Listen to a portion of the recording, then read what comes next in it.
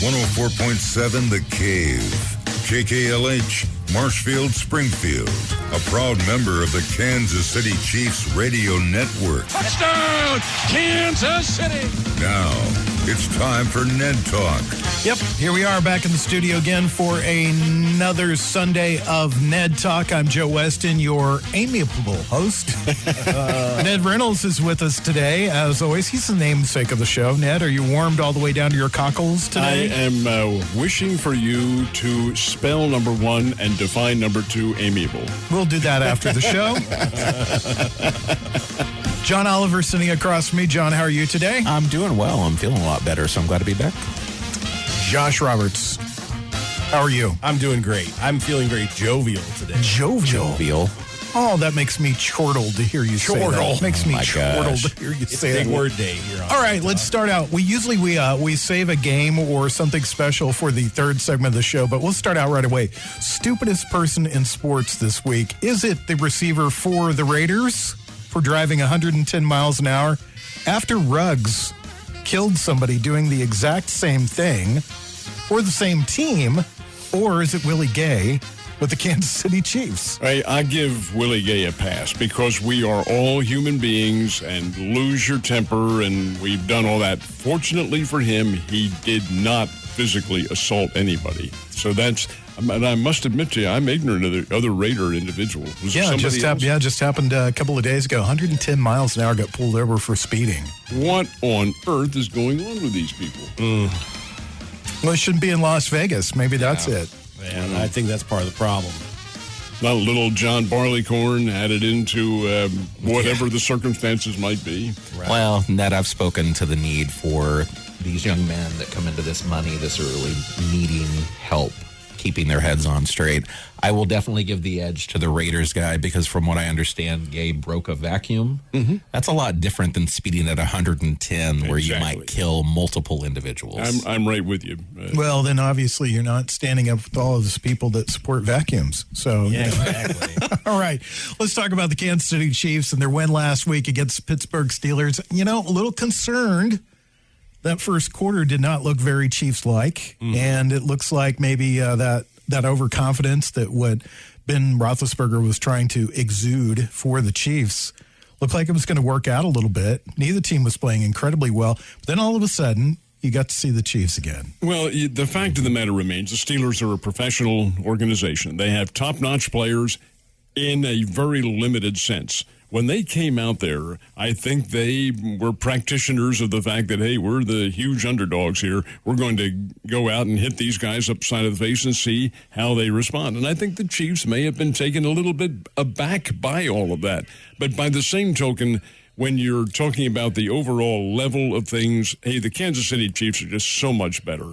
And as a result, you saw what happened there. They're just a better team than the Steelers and able to rout them. The Steelers really didn't belong in the playoffs. They more than backed in. They were shoved in by a fortunate stretch of circumstances, but they are not really all that good a team at all. How concerned were you as you were watching just the first quarter of that game? Did you have any concern at all, Ned? About the Chiefs? Yeah. Oh, no. None whatsoever. You knew they were going to win the game. But they still just didn't look like that. They still looked out of sync. Well, that can happen. That can happen to any pro team. Again, you're facing other professional athletes. This is not necessarily a circumstance in which it's a college team against a pro team or a high school team against a college team. There's not that big a differential. But the fact is that the Chiefs came in there, may have been a little taken aback, may have been a little shaky by the fact that it is a playoff game, the first one, and there's a lot riding on it. But over and above that, the talent level was obviously going to supersede everything else that went on. John, your thoughts after you watched that game last week? As you asked Ned, was I scared at any point? No, I was a little iffy in the first quarter, maybe. They did look a little disjointed, but I'm proud to say in this particular instance, the Chiefs' defense stepped up big in this game. I mean, the number of forced fumbles, just the way they were on Ben and the receivers all day. And I will say, I forget the young man's name, but the young receiver for Pittsburgh, him dropping at least 4 passes that I can remember during the game, that just takes the steam out of any team. So I thought it was a pretty decided thing by early in the second half. Josh? Well, I think what you saw was the Steelers gave their best shot in the first quarter, and then that's all they had. They were worn out. They were gassed. I agree with Ned. I mean, they got into the playoffs by happenstance, just the oddest of occurrences that you could imagine. So, yeah, they weren't a playoff team, really. So it was a little concerning in that first quarter because I'm like, what is this what we're going to get all games? They're going to slog through this thing and have a really close game that shouldn't be close? But then the Chiefs did wake up, and they turned it on. So they played a great game overall. Take away that first quarter.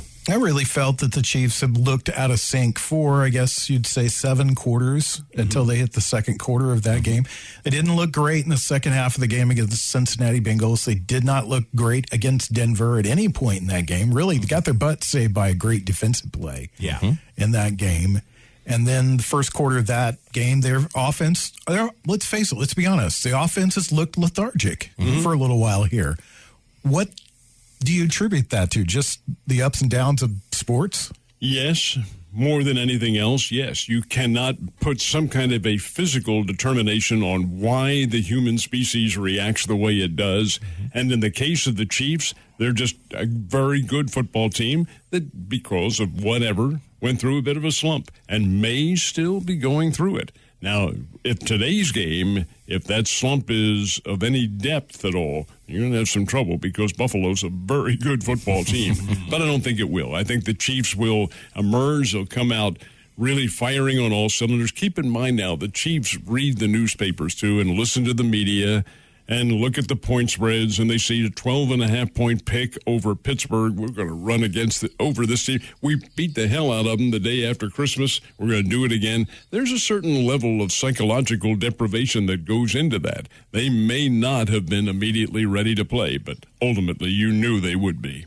What do you think of the 7-quarter slump? What's your opinion about it? Oh, again, every team in the NFL goes through slumps. The Chiefs had theirs early in the season. Buffalo had theirs. Buffalo was very much a slumping football team. At mid-season when they lost, 5 of 6 or whatever it was that they lost. Yeah. Here we're watching the Tampa Bay Buccaneers, who are the reigning champions. They're in a bit of a slump right now. They're not playing particularly well. Green Bay Packers. These things happen. These are pro athletes, and you see it in every single sport. You're going to have your ups and your downs. The good teams, the down level is rather brief. But by this, again, anything can happen, and probably is going to. You're listening to Ned Talk on 104.7 The Cape, your local live sports talk show. We get you ready for the Chiefs pregame show, which starts in about 50 minutes, hosted by Art Haynes, Dan Israel, and Mitch Holtis. John, do you think the Chiefs are back on track, or do you think it was just a bad Pittsburgh team? I think they're back on track. I've thought that for a few weeks now. I mean, yeah, they sprinkled in a loss to the Bengals, but I think I talked about that before the season even began, that I thought that game was going to go poorly at that point in the season. Other than that, they've looked fine to me. I think they will step it up for this game. Another thing people have to realize is Kelsey and Hill have been banged up for these last few games, so they do look out of sorts. Edwards-Hilaire's been out. You know, it's not that we don't have capable backups. Pringle, Hardman, Derek Gore, those type of guys absolutely can play. They've shown it this year. But they're not your starting A team. So it changes plays, it changes the mindset, and that can affect them. I think, if Edwards-Hilaire plays today, everybody else is healthy. I think if they're firing on all cylinders, they're going to beat this Buffalo team. I don't think Edwards-Hilaire is their best running back. That's up for debate at this point. I have to agree with you. I really don't think that he. I mean, there's no knocking him. I'm not saying that he's a bad running back. Don't get me wrong, but I'm saying that everybody that's taken that starting job, whether it be McKinnon, whether it be Williams, whether it be Derek Gore, they've all shown something. McKinnon had a great game last week. Superb I was game. very impressed with him. He's the 4th-string running back. Right. I'm like, where's this guy been at? Yeah. And then it's kind of funny because you'll see guys like Derek Gore. We saw him, I don't know, let's say about week 10 or 11. He had a really, really good game, and then the announcers said, Andy Reid's got getting a lot of confidence in this kid. We didn't see him again for 2 or 3 weeks. And Clyde Edwards-Hilaire has not played badly, but I think Williams is actually the best guy. He's the guy that I'd like to see back full strength because he's the one that has made some big plays with a little bit of a chip on his shoulder. Yeah. What'd you think about the Steelers in Kansas City and the slump, the so-called slump? I'm putting air quotes around that. I think it's legitimate. I think there could be several factors involved. You know, the Chiefs got to the point where they had won the division, but they knew they weren't going to be the number one seed, although they still had a little bit of a chance. So you wonder how much effort they were putting in those last couple of games just to save themselves for the playoffs. And then the Steelers, like I said, the Steelers are going to game plan to give their best against the team that is considered the best in the NFL. So I think there's a lot of that back and forth, the whole chess game of football that was going on there. But I think it's legitimate to say that the Chiefs were really not firing on all cylinders in that 7-quarter slump. But it looks like they woke up in the second quarter of that game. So we'll see if that carries over today. I hope it does because Buffalo is good. Well, every team that they're going to face from here on in is going to be good. Yeah. I mean, really good because, Cincinnati's already penciled in. Yeah. They're in the AFC Championship game. The winner of this game plays them. They have to travel to whatever location to play. But that's going to be a tough matchup for either the Bills or the Chiefs. What's Andy Reid dial up at this point, Ned, to get his guys motivated to avoid the slump and go, all right, maybe we've coasted from time to time during the season, but now we got to focus. Joe, I don't think he says a thing. He knows what these guys, they know what they can do. They're getting paychecks for being professional athletes. They know what's at stake. They don't need some coach to get up there and tell them we got to get out there and fight for old Siwash. They are professional athletes. They psych themselves up, and they know what the challenges are. These guys all know each other, too. Come on.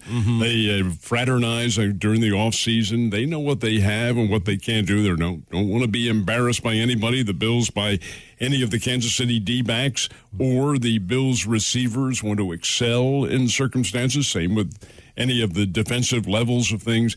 It's more of it's a professional aspect and focal point on what you're doing. And that's what these guys are. They're getting good paychecks for playing this game. They don't need anything, don't need a coach to tell them. Coach to formulate the plays, yes, but not to psychologically get them ready. So what's the difference between this Chiefs team that lost to Buffalo, and I mean handily lost to Buffalo earlier in the season, and the one the Buffalo will face today? A defensive scheme that's totally different from what it had been. Chris Jones was on the opposite side of where he had been. Now you've got Melvin Ingram in there who is offsetting Chris Jones, who's been able to go back to his defensive position on the right side, much more effective there. And the defense has become far, far more aggressive than they were. Watch the way they tackle. They weren't doing this early in the year during that slump. They're going after these people, and they're physically trying to manhandle them now. That can come back to haunt you if you do that too often in a game. But again, it's helping the Chiefs, I think, refocus on what they're supposed to do. The Chiefs, and I've said it before many times on this show, they're the best team in the NFL. Not just in the AFC, they're the best team in the NFL. Doesn't necessarily mean they're going to win everything in sight, but it does mean that they're going to be awfully tough to handle every time out. What do you think, John? What's the difference between the Chiefs and the Bills earlier in the season and today? Well, as you probably remember, Joe, I was at that Bills game, and man, was it ugly. I mean, I can't come away with very many positives at all. That was the week after they'd signed Josh Gordon. He made one of the only catches that actually looked like he played football before.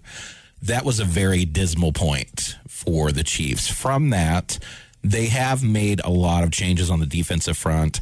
I cannot overestimate the importance. In no way am I diminishing the role of a head coach. A head coach can be a motivator. As someone who's coached before, you absolutely need a good coach. But in addition to that, you need guys that step up among the team that can talk at a peer-to-peer level to these individuals. The Melvin Ingrams, the Tyrann Matthews, the Tyreek Hills, the Kelseys, the Mahomes. Those guys step up and they get these guys motivated to do what they need to do. And we've seen the Chiefs the last few years bring in veteran guys for that exact purpose. And I think the same thing this year. Again, I cannot overstate the importance of Melvin Ingram being added to this team.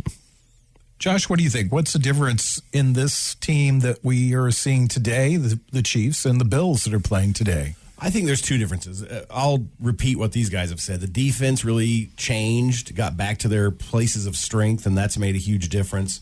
Having Melvin Ingram in there has been an inspiration because the dude plays so aggressively. It's great. He's motivated these guys to play harder.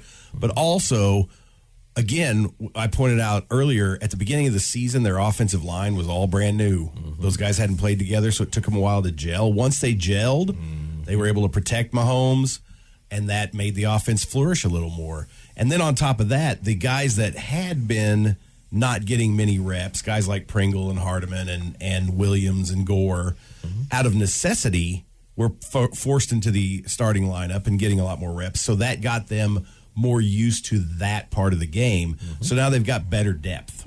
Ned, I'm going to ask you to use your imagination for a minute. Let's say that the four of us are talking with Eastern accents, and we're sitting on a radio station in Buffalo. We're wearing our parkas, and we're talking about the Bills. We're part of the Bills Mafia, and we want to know what are we going to say that would be different about the Bills, though, at this point, how they play and how they've done since they've had their own slump. What we're going to say is that the Bills are playing just as they had at the start of the year. They're very aggressive on offense. Josh Allen is having a big time with his great core of receivers. Their running backs, while not, Devin Singletary's a fine player.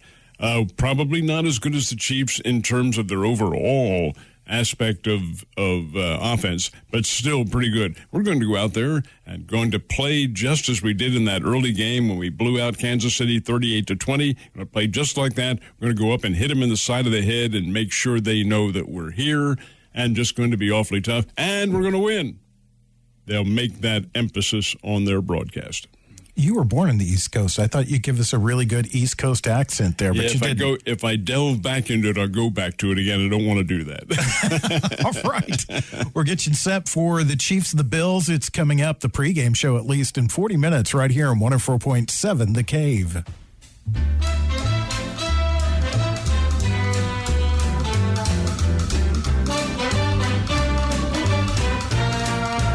You're listening to Ned Talk on 104.7 The Cave, part of the Kansas City Chiefs Radio Network.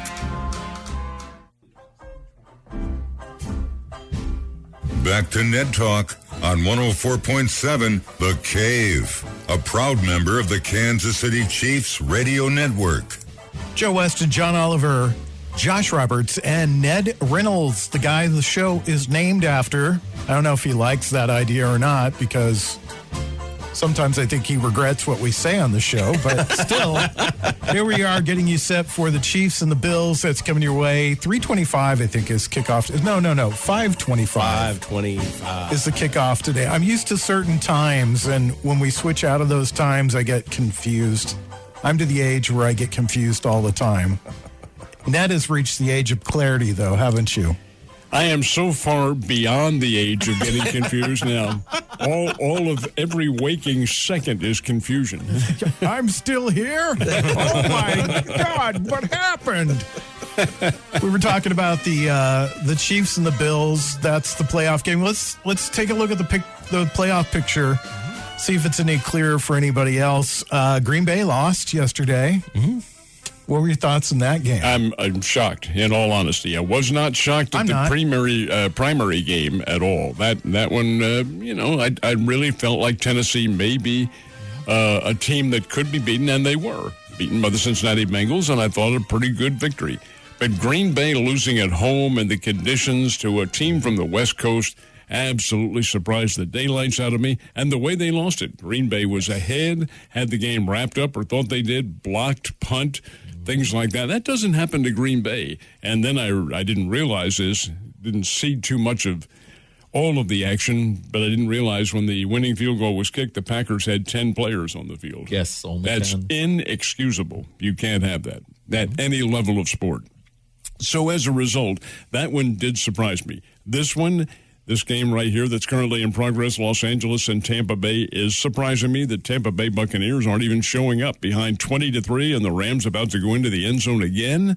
What on earth is happening? Well, my prediction, guys, and not that I'm one of those I told you so.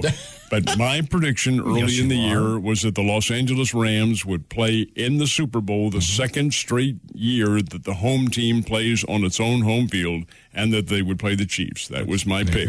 That is still in vogue at the moment.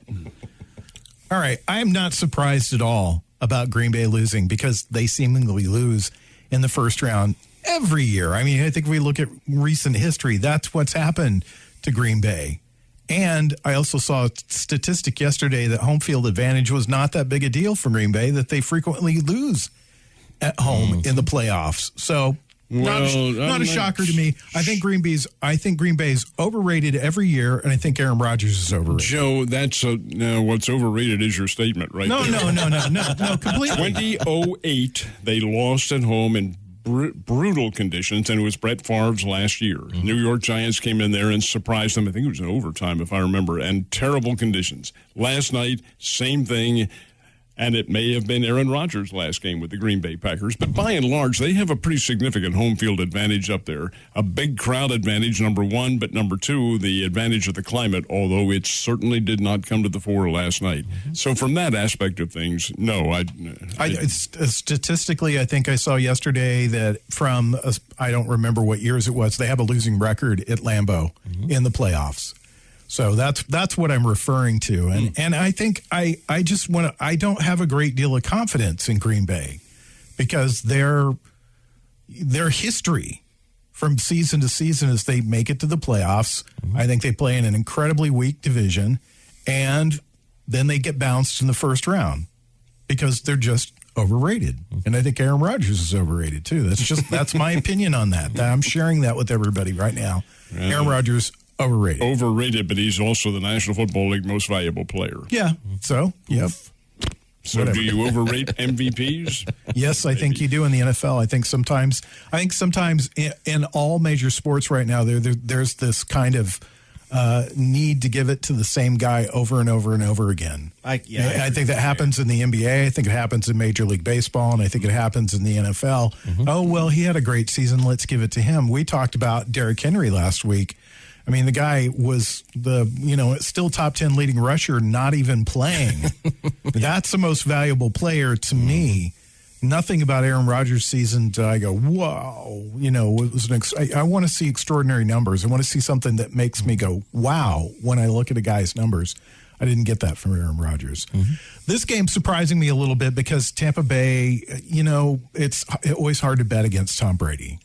I feel like it's, as Josh has pointed out, he's got a lot of friends in black and white, and in Vegas. And in Vegas. Well, one of them is not the hockey league kid who is refereeing today because he just got through calling an unsportsmanlike conduct penalty on Tom Brady. Tom Brady went back to throw. Tom's losing his cool. He threw the ball and then got belted hard up top. Hands to the face, nothing called. He turned around to hockey league and went face mask to nose with him and got a unsportsmanlike conduct penalty. Kick him out. Were you surprised, John? I know you were a little bit of a Titans guy. Were you surprised that they lost yesterday? I wasn't. Just due to the fact I've seen the Bengals play a lot this year. I'm sorry. I know. Well, no, I'm not sorry. They've been fun to watch. If you look at the Titans, Henry was back, and he had a pretty good game, for not having played in weeks. The Titans aren't a bad team, and I can say the same thing about Green Bay. I think Green Bay is going to prosper under Jordan Love as a starter. I really do. They've got good personnel still. I think the Packers have a great team. Same thing with the Titans. They have a great team, but Ryan Tannehill is not the answer, and you keep beating your head against that proverbial wall. If they could get somebody in, say a Russell Wilson, someone of that caliber to guide that offense, they would be a much improved team. And, it's one of those things. Sometimes, you think you've got your franchise quarterback and you have to make a change. We've seen it time and time again in the NFL. And, Joe, I often talk about, bulletin board material. Well, on draft day, many moons ago, Aaron Rodgers was passed over by the 49ers. And he was asked by a reporter, what do you think about the Niners passing over you? And he said, well, they're going to regret it for the rest of that franchise's future. I will add, Aaron Rodgers is 0-4 against the San Francisco 49ers since that point. No regrets there. No. Right. In No, playoffs, I should say. In the playoffs. Think 49ers one of the best teams going into the playoffs. Yes. I think they're playing really good football right now. I disagree with you. I think Ryan Tannehill is the quarterback for the team. I saw him throw an incredible pass yesterday down the sideline. Guy caught it one hand going into the end zone. Just a what they call a dime. It was just a perfect pass. And, defensively, I think they need to shore up that team and probably get him a little help on that offensive line, too. I mean, that's really the key. All these guys are good. We say this over and over again. All these guys are really good quarterbacks. It doesn't matter. It doesn't matter who they are. You put the guy in the right scheme and you get somebody to block for him, they're going to be successful. If you're a franchise that does not put any stock in that, see the New York Jets. See a couple other organizations out there that just really don't care. Yeah. You guys were talking about it before we went on the air about the Ravens. I mean, Dilfer was not a great quarterback, not a guy. No, it's that serviceable or game manager thing. Tannehill's better than that. He's a great quarterback. I am going to disagree with you on if he's the quarterback for the Titans. At time and time again in crunch time with them in the playoffs, I've seen him make mental errors. So Aaron Rodgers. I'm not denying that either at all. So sometimes, quarterbacks can be good, but still might not be good for their team. There are other teams they may excel with. We've seen that when guys have moved on. So I do not think Ryan Tannehill's a bad quarterback. I just don't think he's right for the Titans moving forward. 3 best teams, I think, are left in the AFC. Would you agree, Josh? Yes. Although I was a little surprised that Tennessee lost to the Bengals, but the Bengals are playing so hot coming into the playoffs. that's that carried over.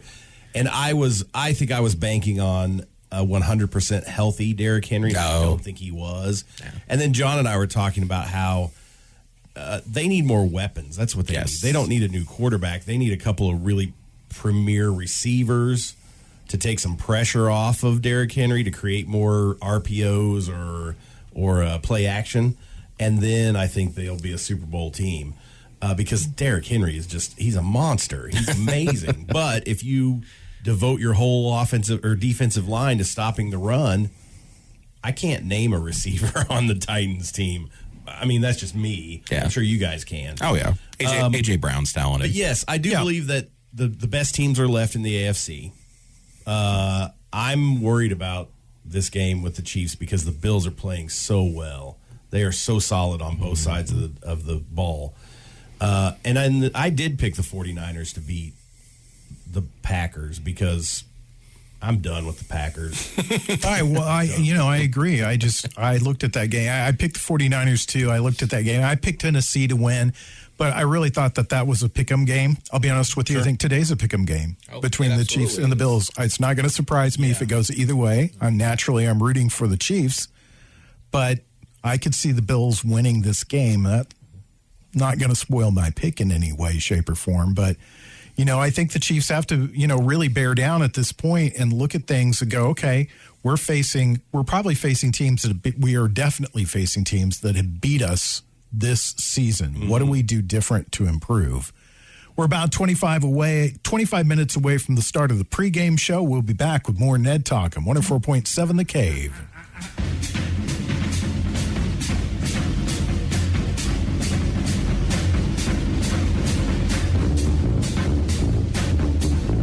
You're listening to Ned Talk on 104.7 The Cave, part of the Kansas City Chiefs radio network.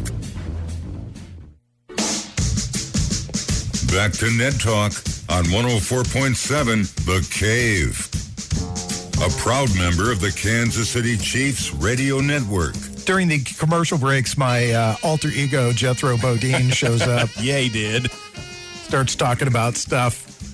What's going on in the world of sports that we need to know about, Ned? Let's start with baseball. Has anything happened at all? It will, at least I hope it will. On Tuesday, when the players present a new contract offer to the owners, probably nothing will happen, but that's not the way it works. The protocol or alleged protocol that they have in these negotiations is how the teams react and what they say to the media.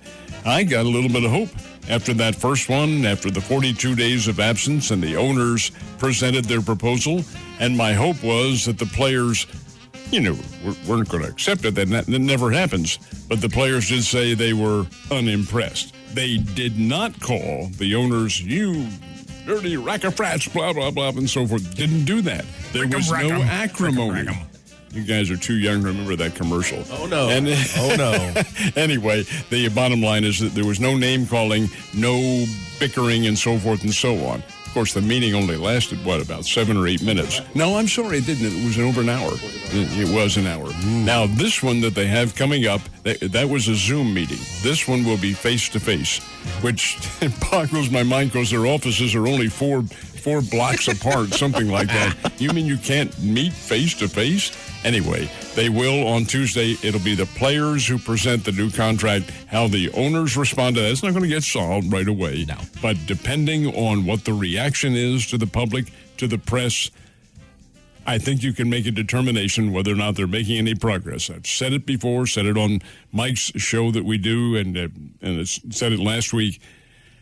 These two sides had better grow the hell up and do it in a hurry because they are harming the sport, which is already number 3 rated of the 4 top sports. Mm-hmm. Used to be baseball was 1. It's now number 3 beyond the NBA, for heaven's sake. That's right. And you're going to harm it even more in the public's eye if you drag this thing out and turn it into a delay of the season, maybe even no season at all. That's not going to work.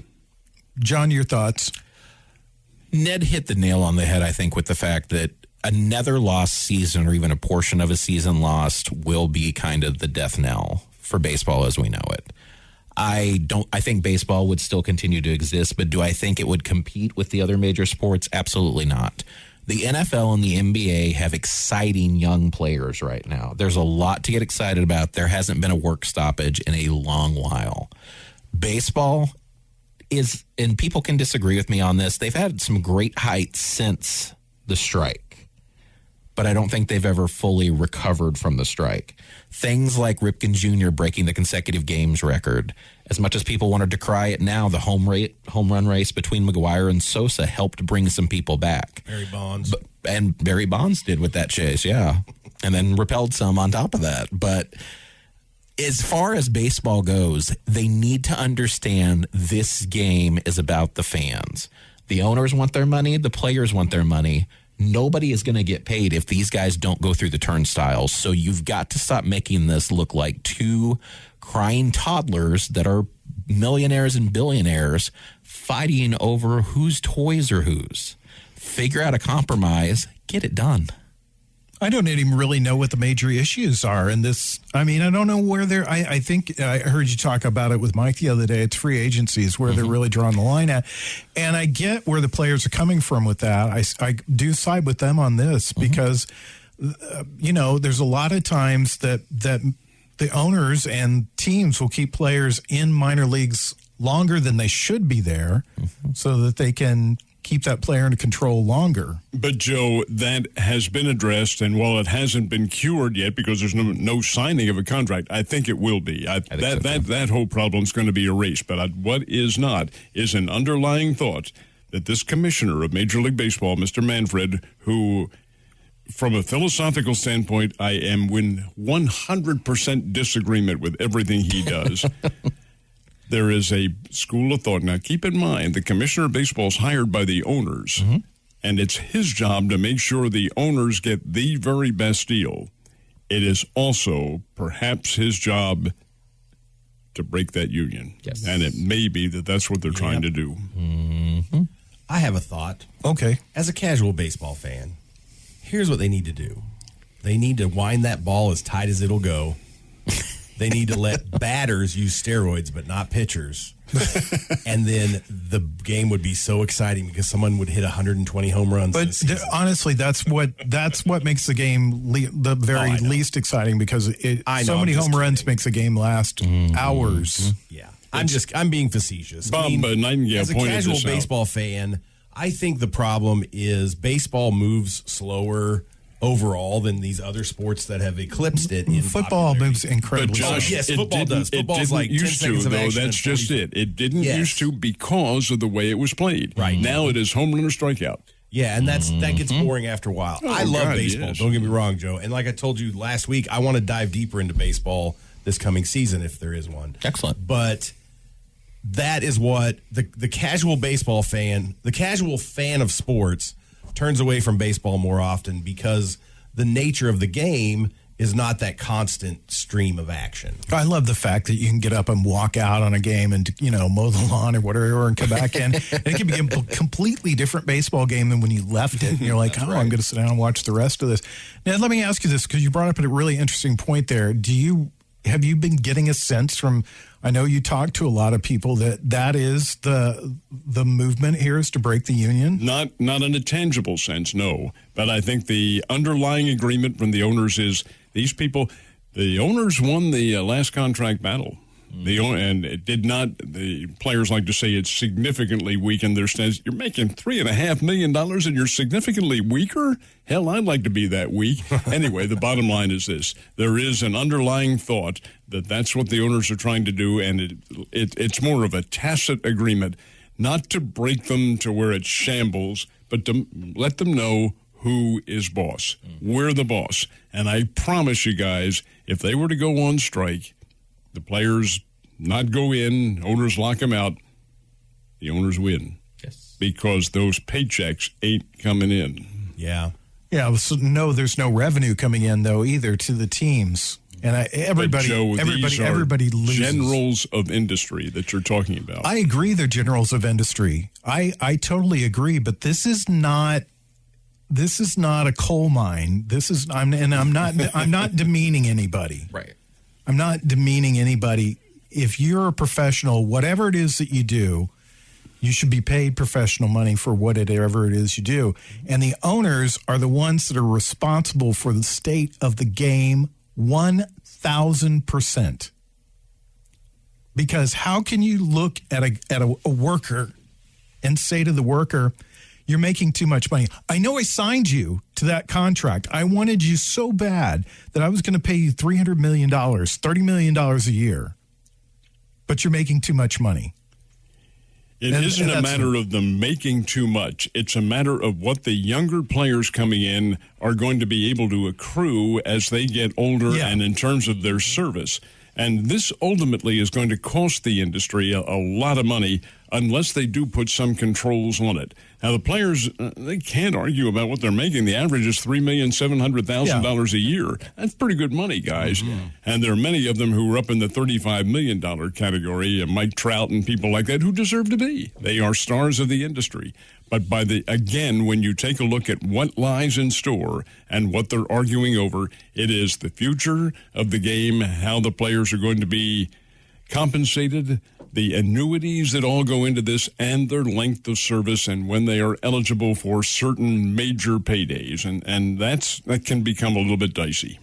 I'm going to disagree with you and say nobody wins if there's a lockout, because the sport will just, it'll almost cease to exist. That's what we've just said. Yeah, then nobody will win it. Yeah, nobody's going to win in this thing. So let's talk about Aaron Rodgers. I know I said earlier that he was overrated, so let's talk about an overrated quarterback and go around the table and ask everybody, start with Ned, where do you see Aaron Rodgers being next year? Wouldn't be at all surprised. First of all, I wouldn't be surprised to see him stay in Green Bay. But if he is going to move, boy, there's an opening in Denver that would be perfect for him.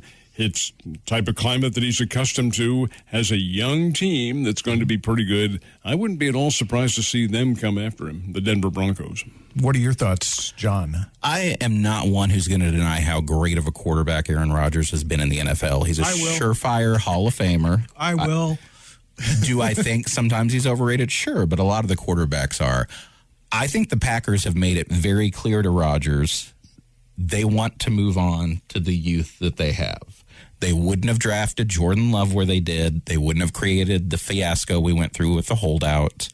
They, I think, are ready to move on. Now, from that, it depends on what Rodgers wants to do. If he still has the fire to play, there's plenty of teams out there, like Ned mentioned, Denver. There's other teams that would be interested in him.